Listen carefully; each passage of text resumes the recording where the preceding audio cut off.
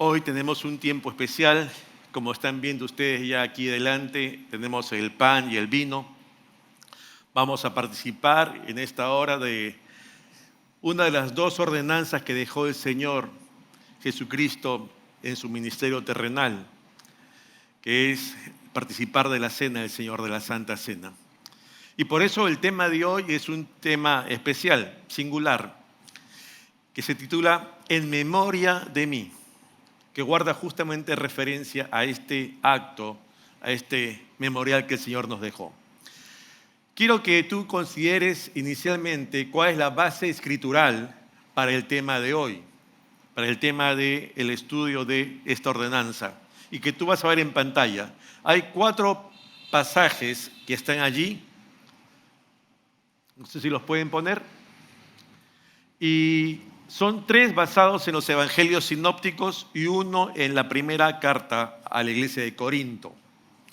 Vamos a ver rápidamente algunos aspectos, algunos pasajes de estos que están aquí.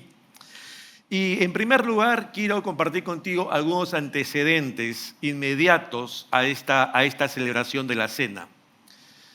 Mateo, capítulo 26, versos 2 en adelante, dice lo siguiente. Sabéis que dentro de 2 días se celebra la Pascua y el Hijo del Hombre será entregado para ser crucificado. Porque al derramar este perfume sobre mi cuerpo, lo ha hecho a fin de prepararme para la sepultura. Hay un contexto inicial que vamos a poder percibir leyendo los capítulos anteriores a este momento de la Cena del Señor. Y es justamente el que vamos a ver que hay un momento histórico, referencial, una fiesta tradicional de toda la colectividad judía. ¿Cuál era? Una fiesta particular, la fiesta de los panes sin levadura, la celebración de la Pascua. Y faltan 2 días. Y entonces Jesús va a estar diciéndoles una vez más a sus discípulos, una vez más a las multitudes, que Él iba a ser entregado, que iba a morir y que iba a resucitar. No lo dijo una, sino varias veces. Y este mensaje reiterativo de Jesús apuntaba ¿a dónde? Apuntaba a la cruz. Y es por eso que cuando en un momento alguien viene y derrama ese perfume de alabastro y cuando los discípulos se alborotan y se pudo haber usado ese dinero en otras cosas, ¿qué dijo Jesús? No. Porque aquí lo que está preparando es un anticipo, ¿no?, de aquello que será mi sepultura. Jesús tenía un claro esto, su propósito redentor. Jesús tenía claro para qué vino. Él hablaba en ese momento de un futuro inmediato que estaba a puertas, a 2 días. Era algo inminente. Y Jesús no solo lo dijo una vez, sino muchas veces. Ahora, aquel mensaje que leemos en las epístolas, mas Dios muestra su amor para con nosotros, ¿verdad? Es algo que está permanentemente en Jesús. Ese derramar su amor dando su vida por los hombres. Él sabe que está de tránsito terrenal, que es solamente un estadio temporal, pero que va tras la persecución de un propósito. Y ese propósito se consuma allí en la cruz del Calvario. Y está justamente a 2 días de una fiesta particular religiosa del pueblo de Israel. Hay un segundo aspecto justamente que es esta Pascua, la Pascua judía, la fiesta de los panes sin levadura. Y es aquí entonces donde este es un hecho histórico de particular relevancia para el pueblo de Israel y también para nosotros hoy. ¿Por qué? Porque hay que entender un poco el basamento teológico de ese sacrificio pascual efectuado por Jesús años más tarde. Marcos, capítulo 14, dice: el primer día de la fiesta de los panes sin levadura, cuando sacrificaban el cordero de la Pascua, sus discípulos le dijeron: ¿dónde quieres que vayamos a preparar para que comas la Pascua? Es interesante que esta fiesta va ligada a una mención particular, a la Pascua. a la Pascua, pero hablaba de un sacrificio. La Pascua llevaba inmediatamente en los pensamientos hacia atrás, hacia el pasado, al antaño, a todo Israel, a aquello que había pasado antes en Egipto. Y es por eso que ellos tenían 6 fiestas solemnes. Una de ellas, esta fiesta de los panes sin levadura. Ahora, aquí se conmemoraba, efectivamente, es conocido por todos, esa libertad del pueblo hebreo en Egipto, ¿verdad? Donde se resalta que a un Dios activo, a un Dios que está interesado en su pueblo, a un Dios que oye, a un Dios que responde a su tiempo y no al tiempo de angustia del hombre. Es un Dios que está allí justamente interesado y que finalmente interviene. La Pascua, en un sentido, es eximir o librar de algo. Alguien comenta, es pasar por alto. Y en un sentido, ese pasar por alto es lo que aconteció esa noche, cuando Éxodo 12 nos describe el paso del ángel de la muerte, ¿verdad? Donde pasa por alto las casas de los hebreos y solamente se quedan las casas de los egipcios. Y mueren todos los primogénitos de los egipcios, mas no del pueblo de Dios. Ese pasar por alto justamente implicó después para el pueblo de Israel que cada familia debiera matar un cordero, ¿verdad? Allí, con pan sin levadura, con hierbas amargas, y participar en esa noche de esa cena especial, de esa Pascua. Ahora, una vez que sacrificaban ese animal, ese cordero, ¿qué hacían? Tomaban un hisopo, rociaban esa sangre en los dinteles, ¿verdad? Diríamos hoy, en los marcos de nuestra puerta, en el poste, y así de forma tal que cuando pasara el ángel enviado por el Señor para matar a los primogénitos, dijera, aquí no, aquí no. Aquí ha habido un derramamiento de sangre, aquí ha habido un sacrificio de un cordero, aquí ha habido una muerte expiatoria y pasa por alto la Pascua.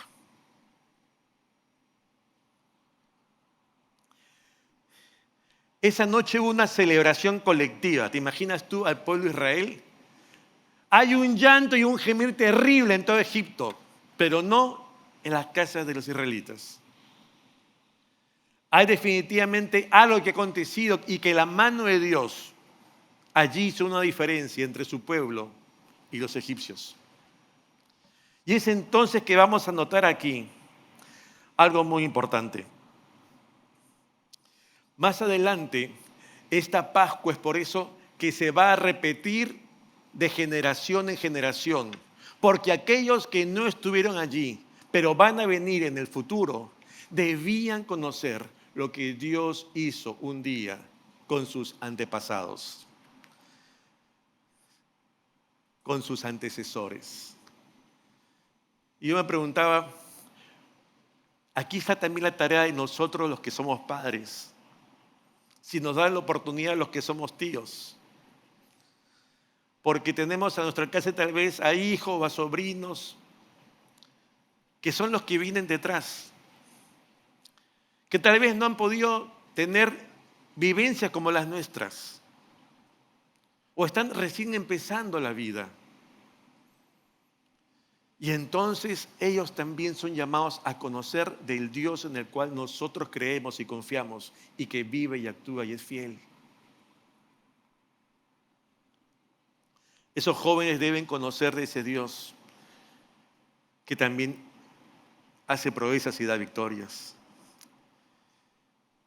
Este camino de salida hacia el Sinaí, que luego lo implica salir de Sinaí, camino a la tierra de la promesa, va a marcar algo también para el pueblo de Israel. Que Dios va allí en ese proceso de llegada a la tierra de la promesa, va a decirle al hombre, a su pueblo, que hay una expresa necesidad de remisión de pecados del hombre a través de un sacrificio. Y para eso se instituye una ceremonia. Tú vas a ver el libro de Levíticos, una serie de procesos allí que el Señor dispone en su ley. Y entre ellas está el Levíticos capítulo 5, que son las ofrendas justamente por el perdón de pecados. Entre ellas, dice, cuando alguna persona cometiere falta y pecare por yerro en las cosas santas del Señor, traerá por su culpa a Jehová un carnero sin defecto de los rebaños, en ofrenda por el pecado, que es por su pecado. Y el sacerdote, ya se había instaurado el linaje y el orden sacerdotal en Israel, hará expiación por él, por aquel que trae ese carnero, con el carnero de sacrificio por el pecado, por su pecado, y será entonces, ¿qué? Perdonado. Esta institución debe quedar marcado allí, justamente, en la vida de este pueblo. Que el perdón de pecado implicaba justamente un obrar de Dios, pero implicaba también en este momento que trascienda la muerte de un cordero.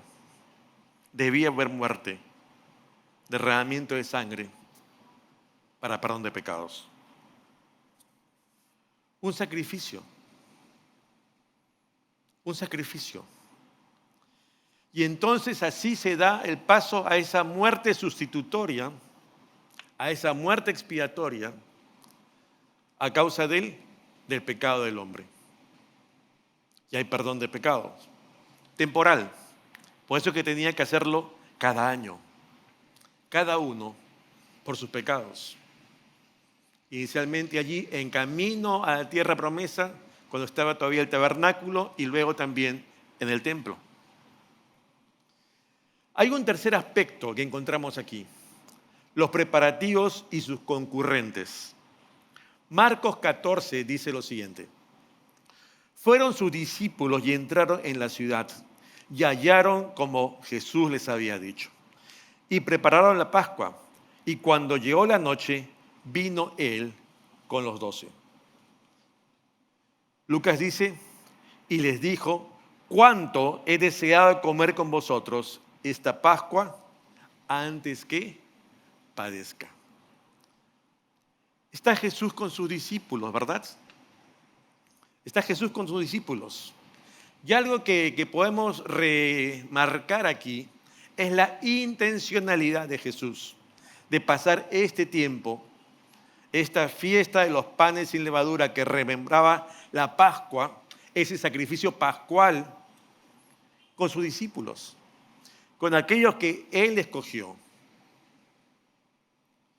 Y es entonces que Él les dice, cuánto he deseado estar con ustedes. Recordemos, es una celebración familiar. Y Jesús está ahora con sus discípulos. Ese entorno más íntimo, más cercano. Para Jesús, diríamos, no habría nadie que debía faltar. Es un evento tan especial. Él sabía perfectamente a qué apuntaba después de la cena. Nadie debe faltar, aún Judas. Todos debían estar. Es una ceremonia que se llevaba necesariamente al interior de los muros de la ciudad de Jerusalén. Se acostumbraba a recostarse, ¿no? Esas mesas muy pequeñas, casi tirados en el piso prácticamente, al estilo oriental. Se terminaban las cenas con un himno, generalmente como en el caso, o cantando los salmos. Era una práctica habitual, lo que implicaba una relación muy estrecha entre quienes participaban. Había una intimidad, una cercanía, un grado de confianza en el cual no tenías que cuidar las formas, porque es tu amigo, es tu pariente, es tu cercano. En ese marco vamos a entender un cuarto punto: el pan, la copa y su simbolismo. El pan, la copa y su simbolismo. Ahora, durante esta cena hay diversos sucesos, ¿no? Pero vamos solamente a referirnos al tema del pan y el vino, no al resto, porque nos desvía del tema. Lucas 22 dice lo siguiente. Y tomó, ¿qué? El pan, ¿verdad? Perdón.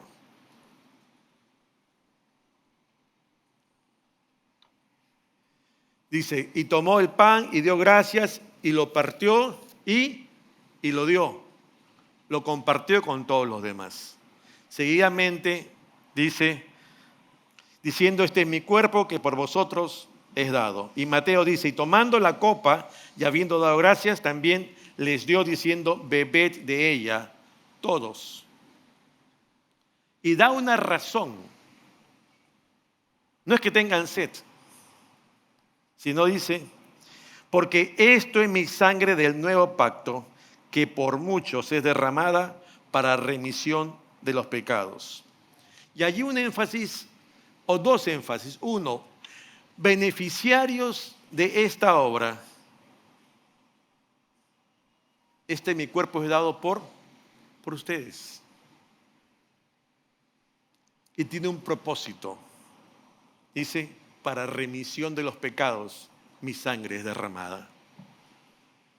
Y ese énfasis es lo que quería justamente mencionar y definir Jesús. Ahora recordemos, la Santa Cena entonces implica la participación con dos elementos. ¿Cuáles son? El pan y el vino, con los dos. Por eso es que es importante tener presente esto. En primer lugar, muchas veces se ha dicho que una vez que tomó ese pan, dice, esto es mi cuerpo, ¿no? Tomó la sangre, este es mi sangre. Ahora la pregunta, ¿era realmente su cuerpo? ¿Era realmente su sangre? ¿Qué dicen ustedes? O sea, ¿hizo de sus discípulos antropófagos, chupasangre? ¿Qué pasó? ¿Era o no era? Hay 4 doctrinas, las vas a ver en pantalla, que hablan justamente de este acercamiento sobre qué opinan las diversas corrientes teológicas, lo que implica justamente este pan y este vino. Si se transforma, que es solamente un tema espiritual, es solo un memorial, etc. Ahí están las 4 posiciones teológicas de cómo se interpretan, de acuerdo a la iglesia correspondiente, este acercamiento a esta práctica de la Santa Cena. Lo cierto es que el pan siguió siendo pan y el vino siguió siendo vino, ¿no? Por eso es que nosotros no creemos en la doctrina de la transubstanciación, ¿no? Donde se dice que el pan se convierte en el cuerpo de Cristo y el vino se transforma en la sangre de Cristo, eso al momento de celebrar la Eucaristía. No creemos eso. No hay ese proceso de conversión que se transforma, se convierte en tal. Cuando Jesús participa a los demás, a aquellos que están con él, sus discípulos, y les entrega este pan, él le dice, este es mi cuerpo que va a ser entregado por vosotros. Les entrega el vino. Esta es mi sangre que va a ser derramada para remisión de vuestros pecados, para perdón de vuestros pecados. No es que sean inocentes, no es que sean justos, no es que tienen justificaciones. Son pecadores, necesitan el perdón y el perdón de Dios, pero no hay otra forma de tener perdón, sino solamente cuando Dios las da y exige, demanda una obra total. Es entonces la Pascua, ayer, la celebración de la Cena del Señor, hoy, nos debe recordar y enfocar que nos lleva a tener presente de manera permanente ese obrar del Señor, perdonando los pecados del hombre, que es una situación tan real, de la cual nadie puede exonerarse. Yo no soy pecador, no hay nadie, no hay justo ni uno. Y todos necesitamos de ese perdón, inexorablemente. Y es por eso que en este contexto, cuando se habla justamente de ello, tú recordarás un día que está Juan el Bautista, ¿verdad? Juan el Bautista desarrollando su ministerio. Y un día que está allí, viene Jesús. Y al ver a Jesús, ¿qué dijo Juan el Bautista? Juan capítulo 1, el discípulo amado cita lo siguiente. El siguiente día vio Juan a Jesús que venía a él y dijo, he aquí, ¿quién? El Cordero de Dios que quita el pecado del mundo. Esa frase que es repetida casi de memoria y todo el mundo se la sabe, este es el contexto. En este contexto de la Pascua, de la fiesta de los panes sin levaduras, del obrar de Dios, de la remisión de pecados, de ese sacrificio que se necesitaba, ya no es un sacrificio del hombre que lleva el cordero, sino es de Dios. Es el Cordero de Dios. Es Dios quien está proveyendo ese cordero en favor de todos los hombres. Esa es la gran diferencia. Es Dios el más interesado en nosotros. Es Dios el autor de la vida. Es Dios el autor de la salvación. Es Dios quien da perdón. Y es Dios quien se preocupa justamente para que todo esto se lleve adelante.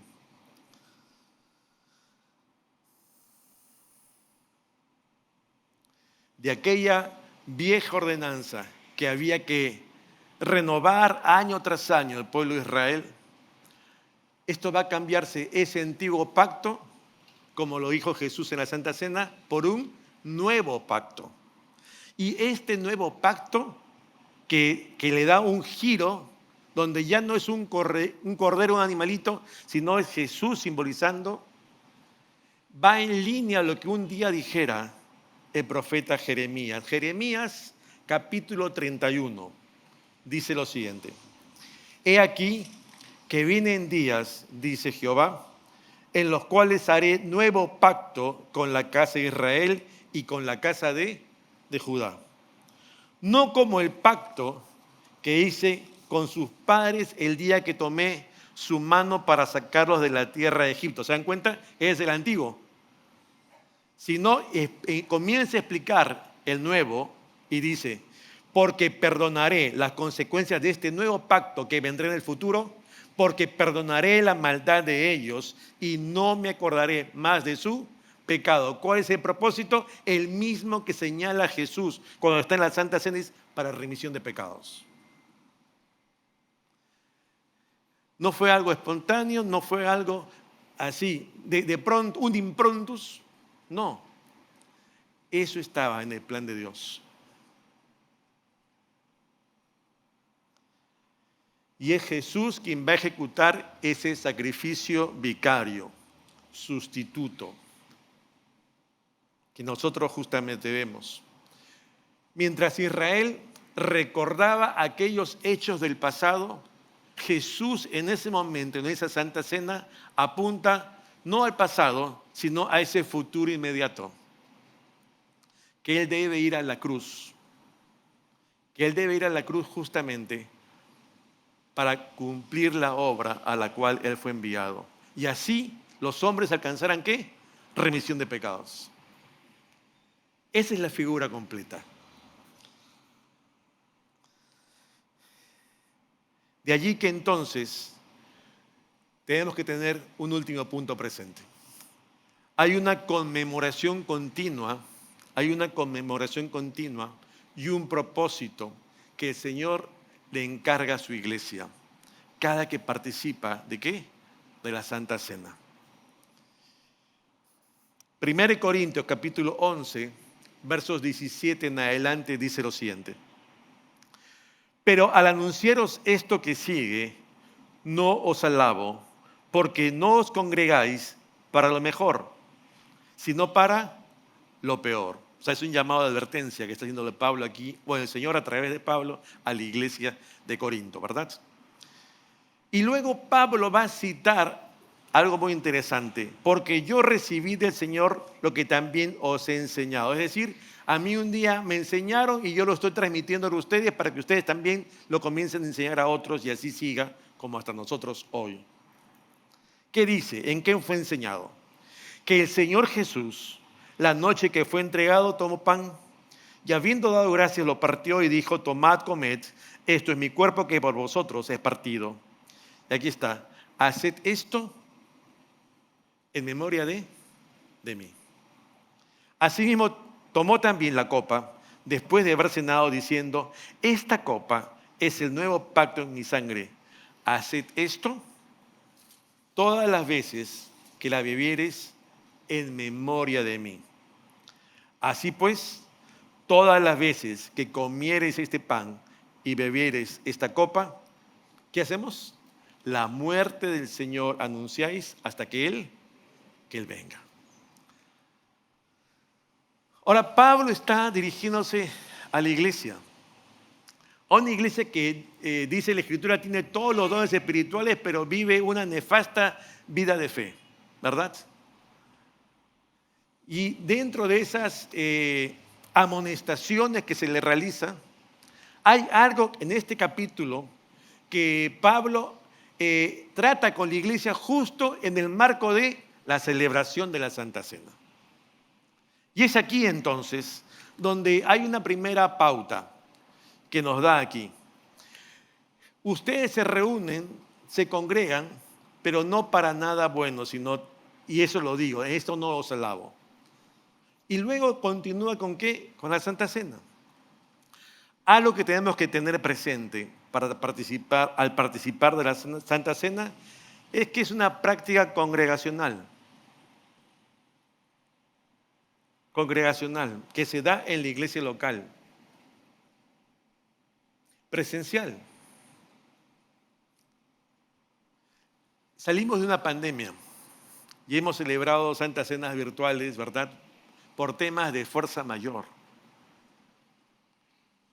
Pero esa no es la práctica, digamos, escritural, sino que es la participación colectiva, activa del pueblo de Dios, congregando en unidad, en comunión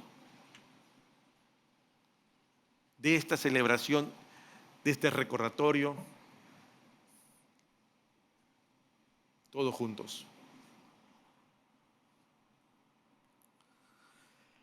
La Santa Cena, por eso, se da en un acto ¿de qué? De adoración. Como hoy, como un culto. Donde estamos todos, donde está la iglesia reunida. ¿La iglesia qué? Adorando a Dios, como hemos cantado hace un instante y adorado en nuestro corazón. En ese medio, en ese espacio, dice, en donde la congregación está allí, vivamente, allí se celebra la Santa Cena. Y Pablo va a hacer observaciones diversas a asuntos que los corintios están haciendo mal. No nos vamos a detener en todos los detalles, pero sí hay algo más. Implica necesariamente que al participar de la Santa Cena se participe de los dos elementos, ¿no? Que son el pan y el vino. ¿Por qué hago esta referencia que pareciera de más? Porque en algunas iglesias no se hace la participación de la Santa Cena con el pan y el vino, sino solamente con el pan o una representación del mismo. Entonces, allí ¿qué sucede? Se distorsiona la enseñanza escritural.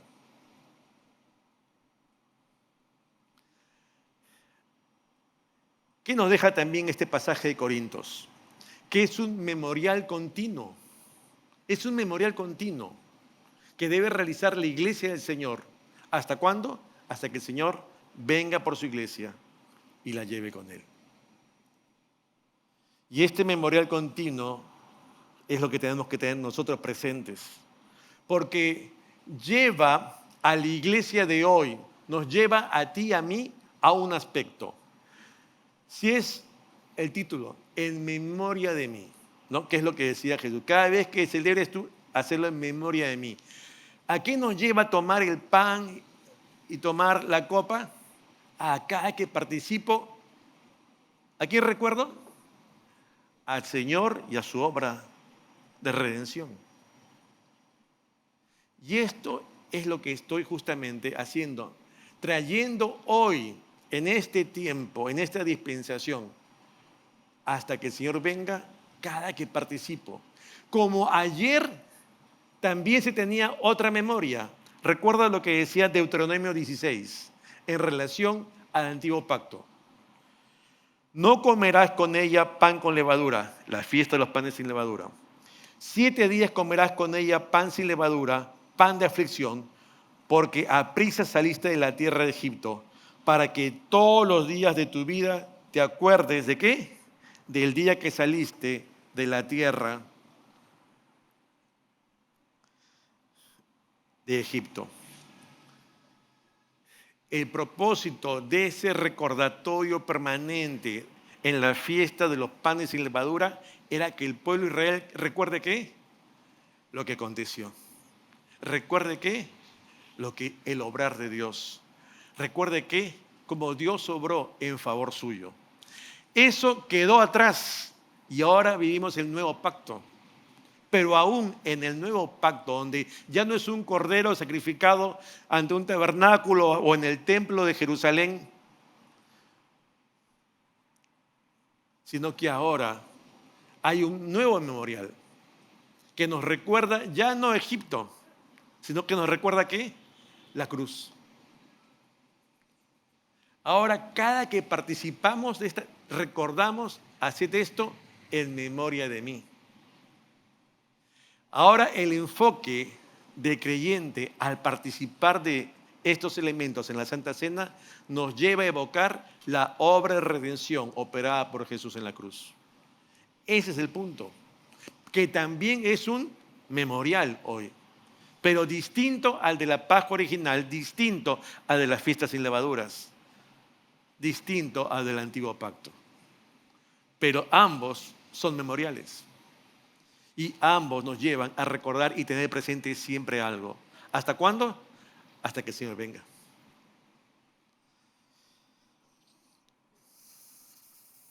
Por eso, la práctica de este memorial, de su muerte sustitutoria y única en la cruz, nos debe recordar que es un sacrificio suficiente, ¿verdad? El de Jesús. Irreversible, irrepetible. Por último, este pasaje que está en la Epístola de los Corintios dice algo también. Cada que participamos de la cena del Señor, tomamos el pan y tomamos el vino, ¿qué dice? Implica ya no una pasividad y decir solamente soy un beneficiario, soy un receptor, qué gracia, qué bendición la que recibo. No, hay algo que nos encarga, que nos ha sido delegado, que se nos llama a hacer.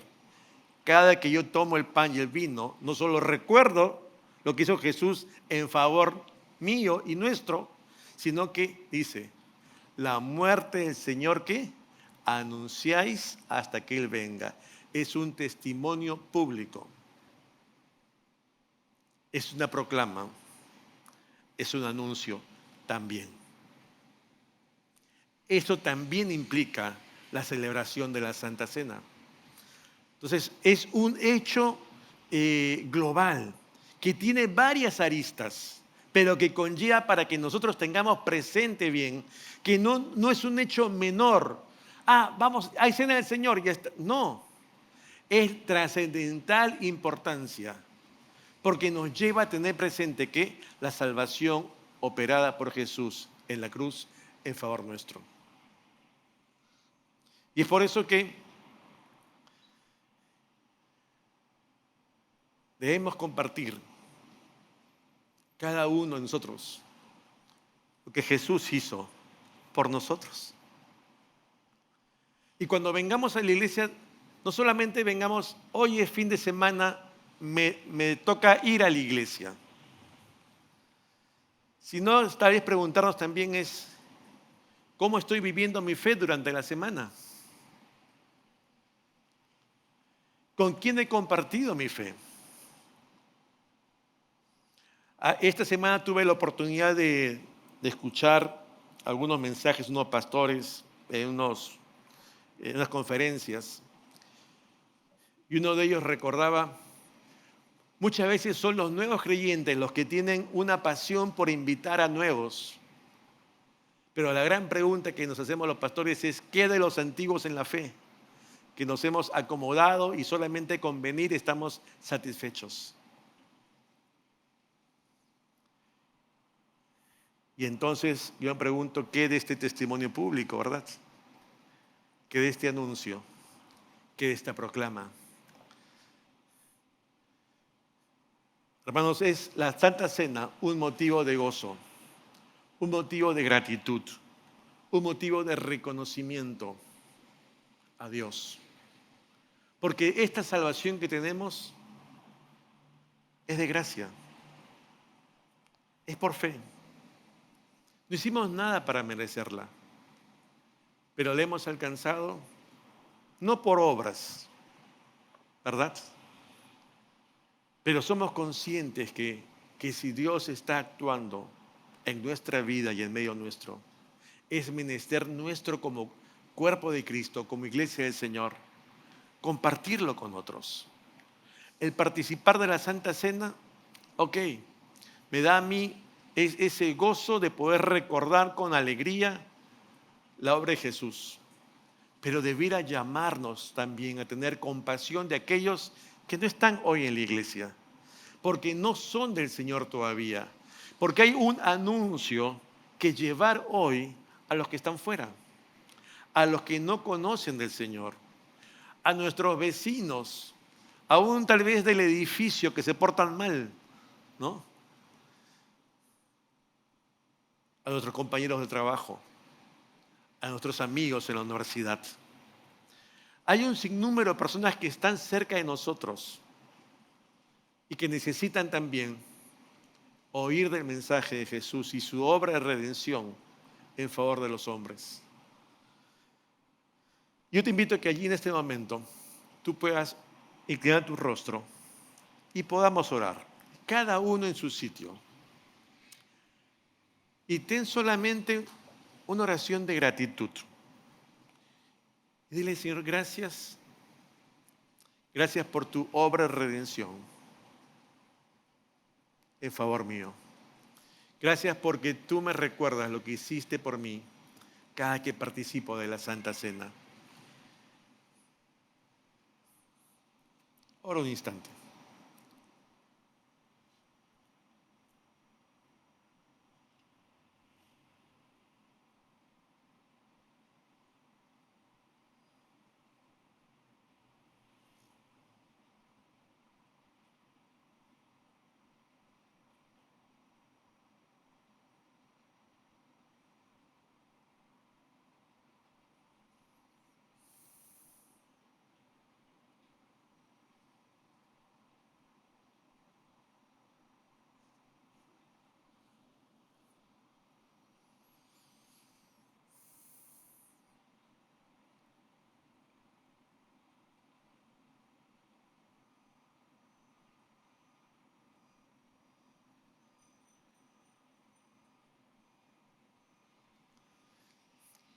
Sigamos orando cada uno en su sitio. Vamos a participar de la Cena del Señor. Sigamos en actitud de oración todavía. Si a alguno le faltan los elementos, el pan y el vino, están aquí afuera. Párese un instante, por favor, póngase de pie, vaya, los recoge y vuelva a tomar asiento para participar todos juntos. Y todos seguimos orando en este momento.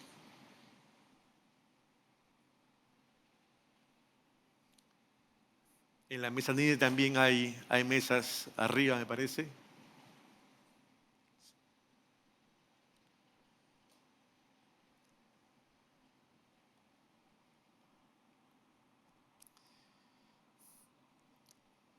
Y en esa misma actitud de oración, hermanos, dice el Señor que debemos participar de la cena dignamente, no indignamente. La Escritura dice, de manera que cualquiera que comiere este pan o bebiere esta copa del Señor indignamente, será culpado del cuerpo y de la sangre del Señor. Por tanto, pruébese cada uno a sí mismo y coma así del pan y beba de la copa, porque el que come y bebe indignamente sin discernir el cuerpo del Señor, juicio come y bebe para sí. Así que sigamos orando y allí, si algo que el Espíritu Santo te recuerda que debes ponerte a cuentas con Dios o con tu prójimo, ponte a cuentas con el Señor allí. Es un compromiso de que vas a ponerte también a cuentas con tu prójimo para participar de la cena del Señor.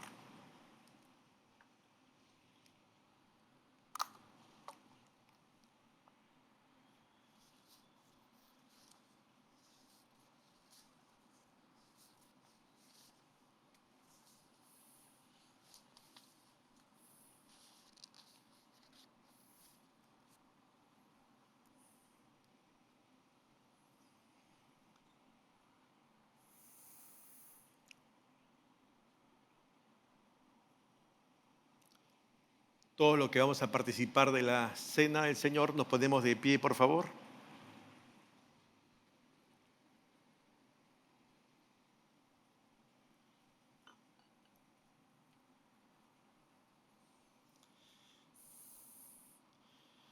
Dice la palabra, porque yo recibí del Señor lo que también os he enseñado, que el Señor Jesús, la noche que fue entregado, tomó el pan y habiendo dado gracias, lo partió y dijo, tomad, comed, esto es mi cuerpo que por vosotros es partido.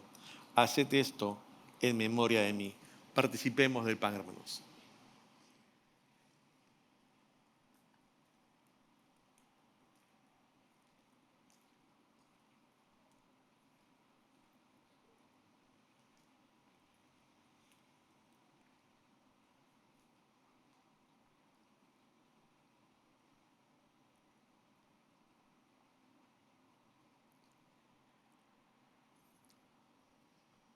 Asimismo, tomó también la copa después de haber cenado diciendo, esta copa es el nuevo pacto en mi sangre.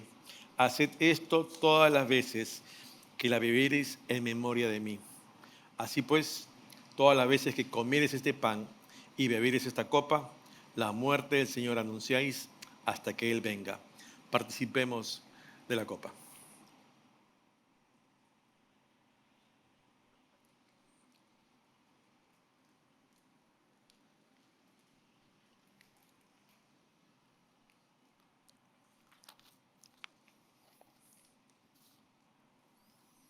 Vamos a orar.